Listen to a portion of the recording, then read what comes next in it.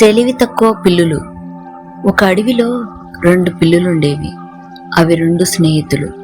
ఒకరోజు రెంటికి ఓ చోట రొట్టె ఒకటి కనిపించింది. దాన్ని ఆ 2 ఎలా పంచుకోవాలా అని ఆలోచించాయి. తనకు పెద్ద ముక్క కావాలంటే తనకు కావాలని దెబ్బలాడుకోసాగాయి. ఇంతలో అటుగా వెళుతున్న కోతి ఒకటి వాటికి కనిపించింది. దాన్ని పిలిచి జరిగిన విషయాన్ని చెప్పాయి. ఓస్, దీనికేనా? మీకెందుకు, నాకు విడిచిపెట్టండి అని చెప్పి రొట్టెను తన చేతుల్లోకి తీసుకుంది కోతి. ఎక్కడి నుంచో ఒక త్రాసు తీసుకొచ్చింది. రొట్టెను 2 ముక్కలు చేసి త్రాసులో 2 వైపులా పెట్టింది. త్రాసు కుడివైపు మొగ్గడంతో ఈ ముక్క పెద్దదైనట్టుందే అని కుడివైపున్న ముక్కను కాస్త తినేసింది.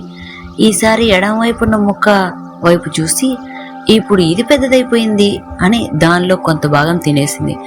ఇలా ఒక్కో ముక్క కొంచెం కొంచెం తినేస్తూనే వాటికి రొట్టెను పంచుతున్నట్టు నాటకమాడింది. కోతి తినేస్తుంటే బాధగా ఉన్నా తమకు సమానమైన ముక్కలు వస్తాయని పిల్లులు మాత్రం ఆశగా చూడసాగాయి. చివరికి కోతి రొట్టె మొత్తం తినేసి ఎంచక్క తన దారిన తాను వెళ్ళిపోయింది. అప్పటికి గాని పిల్లలకు తాము చేసిన తప్పు అర్థం కాలేదు.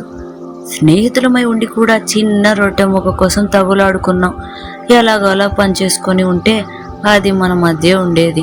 ఇద్దరము తినక మొత్తం రొట్టెను కోతికి పిలిచి మరీ ఇచ్చినట్లయిందే అని తమను తామే నిందించుకున్నాయి.